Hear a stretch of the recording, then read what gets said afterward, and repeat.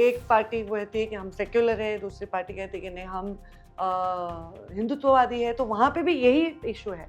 वैसे तो मैं नहीं समझती कि हम सेक्युलर नहीं है, हम तीनों अलग अलग होकर भी एक साथ लड़ रहे हैं, ये इसे ही कहते हैं अलायंस पॉलिटिक्स।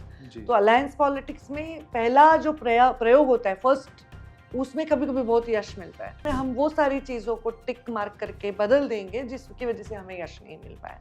तो अभी जहाँ जहाँ एनसीपी को माइनस हुआ है वहाँ वहाँ कई जगह सीटें बदल दी जाएंगी। फेक नैरेटिव, मैं पूरा वाक्य करती हूँ नहीं तो उतना ही वाक्य तोड़ के लोग संविधान भारतीय जनता पार्टी बदलने वाली ये फेक नैरेटिव तैयार किया गया है इस चुनाव में। पहले इलेक्शन में पायलट प्रोग्राम के बाद हमें पता चला कि ये चीज़ें हमें रिपेयर करनी पड़ेगी, तो उसमें हम काम करेंगे।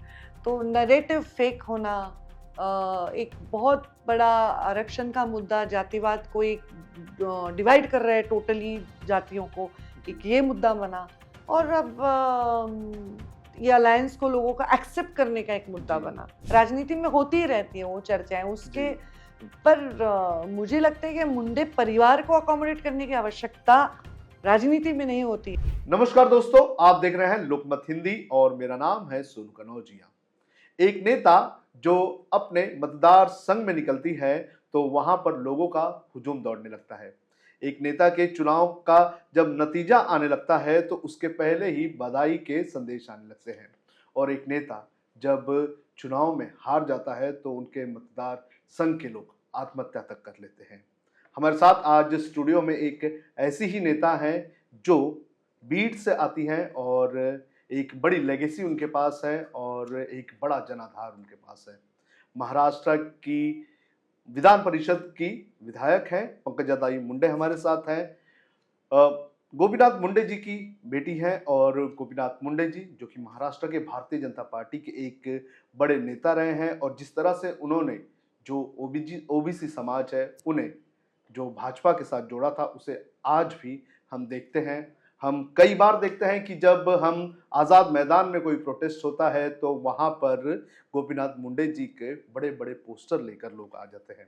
एक ऐसा प्यार गोपीनाथ मुंडे जी को मिला है जो आज भी उस इलाके के लोग मानते हैं कि गोपीनाथ मुंडे जैसा नेता महाराष्ट्र में बहुत कम ही हमें देखने मिलता है। पंकजाताई, आप इतनी बड़ी लेगेसी से आती हैं, आपने गोपीनाथ मुंडे जी के अंतर्गत अपना राजनीतिक सफ़र शुरू किया। अब आपकी दशहरा रैली होने जा रही है, 10 साल होने जा रहे हैं उसको। और दशहरा रैली की जब हम बात करते हैं तो महाराष्ट्र में दशहरा रैली की एक अलग ही एक बात करें तो एक अलग ही वैल्यू होती है। मुंबई में दशहरा रैली होती है तो एक तरह का शक्ति प्रदर्शन होता है, एक पॉलिटिकल नैरेटिव सेट करने की कोशिश की जा रही है। आपके भी दशहरा रैली के 10 साल पूरे हो रहे हैं तो किस तरह का नैरेटिव सेट करने की कोशिश की जाएगी? क्या नैरेटिव सेट करने के लिए है, राजनीतिक उद्देश्य के साथ है या कुछ और है? देखिए, मैं एक राजनेता हूँ, तो जब भी मैं कोई भी कार्यक्रम करती हूँ, तो उसको एक राजनीतिक उद्देश्य से जोड़ा जाएगा ही ज़रूर। पर ये दशहरा जो हमारा है, ये एक हमारी परंपरा रही है। मेरे पिताजी गोपीनाथ मुंडे साहब भी ये रैली हमेशा करते आए हैं और उनके बाद ये रैली मैंने कंटिन्यू की है। ये रैली का कोई राजनैतिक एजेंडा तो एज़ सच नहीं है, कोई पार्टी के झंडों के साथ भी ये रैली नहीं होती है। ये रैली हमारे पहाड़ों में हमारे रहने वाले वंचित जो समाज है वो आते हैं हमारे संत भगवान बाबा के दर्शन करने के लिए। वो भगवान बाबा ने शुरू किया था, जो उसको एक ग्रैंड स्वरूप प्राप्त होता गया जैसे जैसे हम आगे बढ़ते गए। और मुंडे जी के बाद मैंने 10 साल इस रैली को बहुत ही यशस्वीता से मैंने किया। मैं नहीं कहूँगी मेरे लोगों ने किया, क्योंकि मैं तो वहाँ जाती हूँ, लोग जिस संख्या में आते हैं वो लोगों का प्यार है, विश्वास है। और इस बार और आकर्षण लोगों में है कि 10 साल हो रहे हैं और इस रैली में आने के लिए। ताई, इसके पहले अगर रैली हुई रहेगी 8वें 9वें साल तो चुनाव नहीं थे, लेकिन इस बार दशहरा और चुनाव दोनों आसपास है। तो इस रैली के जरिए जो लॉस हुआ है महाराष्ट्र भीड़ में खास तौर पर और मराठवाड़ा जो इलाका है वहां पर, क्या उसको साधने की कोशिश जरूर की जाएगी आपकी तरफ से? देखिए, ये रैली 14 में जब हुई तब चुनाव थे, फिर 19 में भी चुनाव थे, अब 24 से आया है चुनाव है। तो 5 साल में एक ऐसी रैली होती है जब चुनाव में वो रैली आती है। तो इसमें चुनाव का प्रचार तो उस रैली से नहीं होगा, ये कोई भी राजनीतिक एजेंडा की नहीं रैली लेकिन नहीं मैडम है, पर नेचुरली वहाँ के माहौल से इससे फायदा अनेक लोगों को होगा। नहीं लेकिन इस बार चुनाव अलग माहौल में हो रहा है। 2019 में भारतीय जनता पार्टी की जीत हुई थी। 2014 में एक अलग ही करिश्मा था भारतीय जनता पार्टी का। लेकिन इस बार भारतीय जनता पार्टी को महाराष्ट्र में काफ़ी लॉस हुआ है। बीड की सीट आप हार चुके हैं, मराठवाड़ा में काफ़ी लॉस हुआ है। तो कहीं न कहीं भरपाई करने के लिए या जो खामियाँ रह चुकी हैं, जो कमियाँ रह चुकी हैं, उन्हें फुलफ़िल करने की ज़रा-सी कोशिश तो की जाएगी इसमें? ज़रूर कोई भी पार्टी जब एक दौर से गुज़रती है जहाँ उनको अपेक्षित रिज़ल्ट नहीं मिलते हैं, तो वो अपने आप में क्या चीज़ कर पाएँ जिससे ज़्यादा से ज़्यादा लोग हमसे जुड़ें और हम वापस से उस सुनहरे दौर में जाएँ जहाँ सारी जगहों पर हमें जीत हासिल हो रही। तो हम ज़रूर इसमें रेट्रोस्पेक्टिवली जाके तो निर्णय नहीं ले सकते, पर हम इंट्रोस्पेक्शन ज़रूर करेंगे, हम अंतर्मुख होकर बहुत सारी चीज़ों को सोच कर चुनाव में जा रहे हैं। ताई आपकी जो लोकसभा जो जो मतदार संघ है, वहाँ पर अगर देख लिया जाए तो 4 सीटें जो हैं वो एनसीपी के पास है। अब एनसीपी जो है वो आपके साथ अलायंस पार्टनर में है। अब आपकी पार्टी पर ये आरोप लगता है कि एक राइट विंग पार्टी है और जो अजित पवार की पार्टी है वो एक खुद को सेंट्रलाइज़ पॉइंट ऑफ व्यू वाली पार्टी बताती है। तो ऐसे में क्या लगता है कि अब ये जो विधानसभा के चुनाव होंगे, तो इस चुनाव में क्या वोट ट्रांसफ़र हो पाएँगे? अगर आपका बीजेपी का कैंडिडेट जहाँ पर खड़ा है, क्या अजित पवार की पार्टी के वोट आपको मिल पाएँगे? और क्या अजित पवार की पार्टी का कैंडिडेट जहाँ पर खड़ा है, वहाँ पर आपकी पार्टी को वोट मिल पाएँगे? क्योंकि इसका एक कारण ये है कि पिछले कुछ वक़्त में हमने देखा है कि नीतीश राणे जो आपकी पार्टी के विधायक हैं कनकौली से, उनके विवादों के उनके बयानों की वजह ये से अजित बहुत पवार नाराज़ हो नहीं, गए। नहीं, ये मैं शुरुआत का प्रश्न ही भूल गई क्योंकि बहुत लंबा हो गया अभी नहीं, मेरा ये कहना है स्पैन। कि अब ये दूसरी मैं आपको पहले जवाब ये देती हूँ कि हमारे वोट ट्रांसफ़र होंगे जी, कि नहीं। हमारे वोट ट्रांसफ़र होने के लिए ही हमें प्रयास करने हैं, क्योंकि नेचुरली हम एक-दूसरे के ऑपोज़िशन रहे, पर यही परिस्थिति महाविकास आघाड़ी में भी होने वाली है। जी, वहाँ पे भी एक पार्टी कहती है कि हम सेक्युलर है, दूसरी पार्टी कहती है कि नहीं हम हिंदुत्ववादी है, तो वहाँ पे भी यही इश्यू है। वैसे तो मैं नहीं समझती कि हम सेक्युलर नहीं है, हमारी पार्टी सेक्युलर है। हमारी पार्टी पर आरोप है कि हम सेक्युलर नहीं है, ये मेरा बयान पहला रहेगा। दूसरी बात, हम तीनों अलग-अलग होकर भी एक साथ लड़ रहे हैं, ये इसे ही कहते हैं अलायंस पॉलिटिक्स। जी, तो अलायंस पॉलिटिक्स में पहला जो प्रयोग होता है फर्स्ट, उसमें कभी-कभी बहुत यश मिलता है और जी, कभी-कभी नहीं मिलता है। तो जी, हमारा पहला प्रयोग में इतना यश नहीं मिल पाया जी, हमें। तो अभी ये दूसरे प्रयोग में हम वो सारी चीज़ों को टिक मार्क करके बदल देंगे जिसकी वज़ह से हमें यश नहीं मिल पाया। तो अभी जहाँ-जहाँ एनसीपी को माइनस हुआ है, जी, वहाँ-वहाँ कई जगह सीटें बदल दी जाएँगी, कुछ जगहों पर उम्मीदवार बदल दिए जाएँगे जो मोस्ट एक्सेप्टेड होंगे। ऐसे करके वोट ज़्यादा से ज़्यादा लोन लेने का प्रयास करेंगे। जी, भारतीय जनता पार्टी का कैरेक्टरिस्टिक कार्यकर्ताओं का जैसा है, वो कोई चीज़ में एग्री नहीं करेंगे, तो वे भाजपा के आदेश के खिलाफ नहीं जाते। ये जी, भाजपा के संगठन की सुंदरता है। जी, जो भी आदेश जैसे मैं लोकसभा का चुनाव नहीं लड़ना चाहती थी, जी, पर मेरे पार्टी ने आदेश दिया और डिक्लेयर कर दिया, तो मैं लड़ने के लिए चली गई। जी। तो ये हमारे संस्कारों में है। तो हमारे पार्टी के कार्यकर्ता बहुत अच्छे से काम करेंगे, ये तो हमें पूरा विश्वास है। जब ऐसी सिचुएशन होती है जैसे आपने कहा कि आपको पता था कि आपका नाम चर्चा में चल रहा है, चर्चा में लेकिन तो था। आप नहीं चाहती थी कि चुनाव लड़े, लेकिन आदेश आया तो आपको चुनाव लड़ना पड़ा और ये भी देखने मिला कि वहाँ पर नुकसान भी हो गया आप लोगों को। तो ऐसे टाइम नहीं, में जो नुकसान तो अलग हुआ हम नहीं देखिए, हमारा वोट बैंक जो है वो स्टेबल है।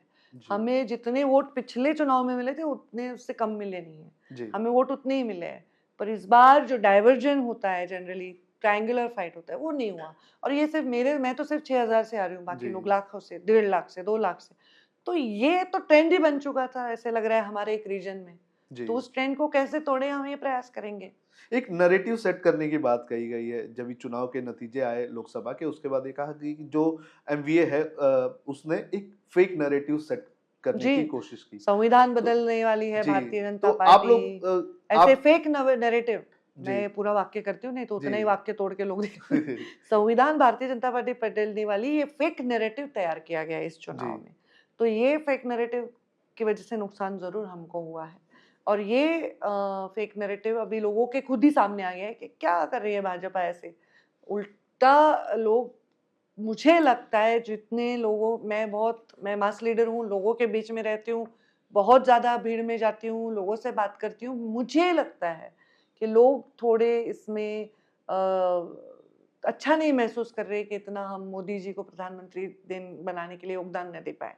तो ये हम इसको रिकवर करेंगे अब। मैडम, क्या ऐसी कमी रह गई आपको लगता है कि ओवरऑल इस लोकसभा चुनाव में, जिसकी वजह से भारतीय जनता पार्टी को नुकसान हुआ? जो एमवीए का फेक नैरेटिव वाला जो एक कैंपेन था, उसको अगर छोड़ दिया जाए, तो आप लोगों की तरह आपको लगता है कि कुछ तो गलती हुई है जिसकी वजह से नुकसान हुआ नहीं है? देखिए, मैंने जैसे कहा ये पायलट प्रोजेक्ट था ये अलायंस का। जी तो पहला इलेक्शन था, तो अभी पहले इलेक्शन में पायलट प्रोग्राम के बाद हमें पता चला कि ये चीजें हमें रिपेयर करनी पड़ेगी, जी तो उसमें हम काम करेंगे। तो नैरेटिव फेक होना, एक बहुत बड़ा आरक्षण का मुद्दा, जातिवाद को एक डिवाइड कर रहा है टोटली जातियों को, जी एक ये मुद्दा बना। और जी अब ये अलायंस को लोगों का एक्सेप्ट करने का एक मुद्दा जी बना।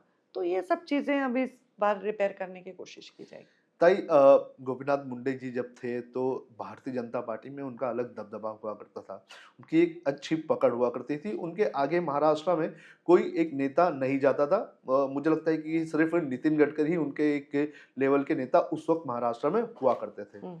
लेकिन उनके जाने के बाद ये अक्सर खबरें आती रही है कि अ, मुंडे परिवार को महाराष्ट्र की राजनीति में जो बीजेपी है उससे उतनी एक्सेप्टेंस नहीं मिली है।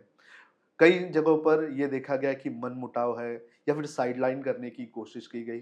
क्या इन सारी चीज़ों ये सारी चीज़ें आपको लगता है हुई है? क्योंकि ऐसी खबरें कई बार आती देखिए, रही, ऐसी नाराज़गी चर्चा हुई है। तो जरूर हो रही है, होती रही है।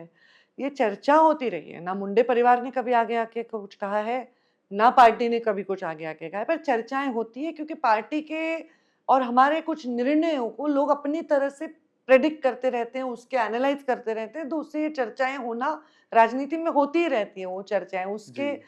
पर मुझे लगता है कि मुंडे परिवार को अकोमोडेट करने की आवश्यकता राजनीति में नहीं होती है। कोई परिवार को अकोमोडेट करना ज़रूरी नहीं होता है।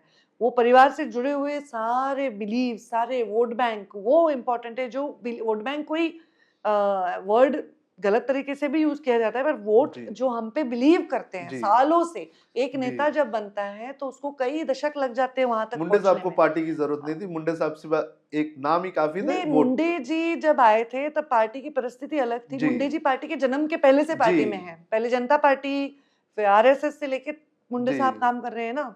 जी, तो वो जो ग्रोथ थी वो अलग ग्रोथ है। जी। और जब पार्टी सैचुरेट होके स्टेबलाइज हो जाती है, आप बहुत पावर में आ जाती है, तब की ग्रोथ अलग होती है। अब वो हमको उस ग्रोथ का सामना अलग तरीके से करना पड़ता है। तो परिवार को एक्सेप्ट करने की ज़रूरत या एडजस्ट करने की ज़रूरत नहीं है। परिवार में जो ऑलरेडी पॉलिटिक्स में हैं, जी। उन नेताओं के एडजस्टमेंट की बात है। और ये ऐसी चर्चाएँ उठती है कि कभी कोई पद नहीं मिलता है तो लोग जी। ऐसा सोचते हैं, मिल जाता है तो लोग शांत हो जाते हैं। राजनीति में ये सब चलता रहता है। आगामी जो चुनाव आने वाले हैं, तो आपका जो बीड़ का क्षेत्र है, तो वहाँ पर आप कौन-कौन सी सीट्स ये चाहती हैं कि आपको मिले? देखिए, क्या ऐसी इसमें हमारे चर्चाएँ हुई तीनों हैं? पार्टियों की चर्चा अभी हायर लेवल पे हो रही है। फिर वो डिस्ट्रिक्ट और रीजन लेवल पे हम बैठ के तय करेंगे। अभी जैसे सिटिंग जो एमएलए हैं, naturally most of the time वो ही जीतेंगे, पर कुछ सिटिंग एमएलए की बहुत खास परिस्थिति नहीं हो तो वहाँ कोई चुनाव में कोई निर्णय, या तो कैंडिडेट बदल दिया जाएगा या सीट की अदला-बदल हो जी। जाएगी। तो ये होगा और ये जब सब पूरा हो जाएगा तब वो उसको डिस्क्लोज़ किया जाएगा। मैडम, चुनाव के पहले भी कई जो नेता हैं वो पार्टी बदलते हुए नज़र आ रहे हैं। आपके कोई करीबी थे, वो भी पार्टी छोड़ के चले गए। ख़ास तौर पर भागम-भाग जो मची हुई है वो अजित पवार की पार्टी में मची हुई है। ऐसा लग कहा जा रहा है कि कई लोग जो है चुनाव के पहले या फिर चुनाव के अनाउंसमेंट के बाद जो है वो पार्टी छोड़ सकते हैं। तो ऐसी स्थिति में बीजेपी का प्लान क्या है? आपकी कॉन्स्टिट्यूएंसी में क्या प्लान बी क्या है? देखिए, अभी अगर उनके पार्टी के लोग छोड़ रहे हैं तो वो प्लान करेंगे कि वहाँ कोई आदमी रिप्लेस करे। जी। क्योंकि होता है राजनीति में, हम तो पूरे पार्टियाँ हमारे साथ आ गई है, तो 1-2 जी। लोग जाएँगे तो होना ही वाला है राजनीति में। तो ये होता ही है। इसको रिप्लेस करने का एजेंडा होता है, उसका प्लान भी होता है। कोई जाएँगे क्योंकि कोई सीट का एडजस्टमेंट नहीं हो रहा है, किसी को लग रहा है वहाँ चुनाव लड़ने को नहीं जी, मिल रहा है, जी। तो कोई जाएँगे। जी, उसके यहाँ नया आदमी तैयार हो जाएगा। जी। पंकज दत्ताई, आप लोकमत के स्टूडियो में आई, आपने हमें समय दिया, बहुत-बहुत धन्यवाद आपका। Thank you.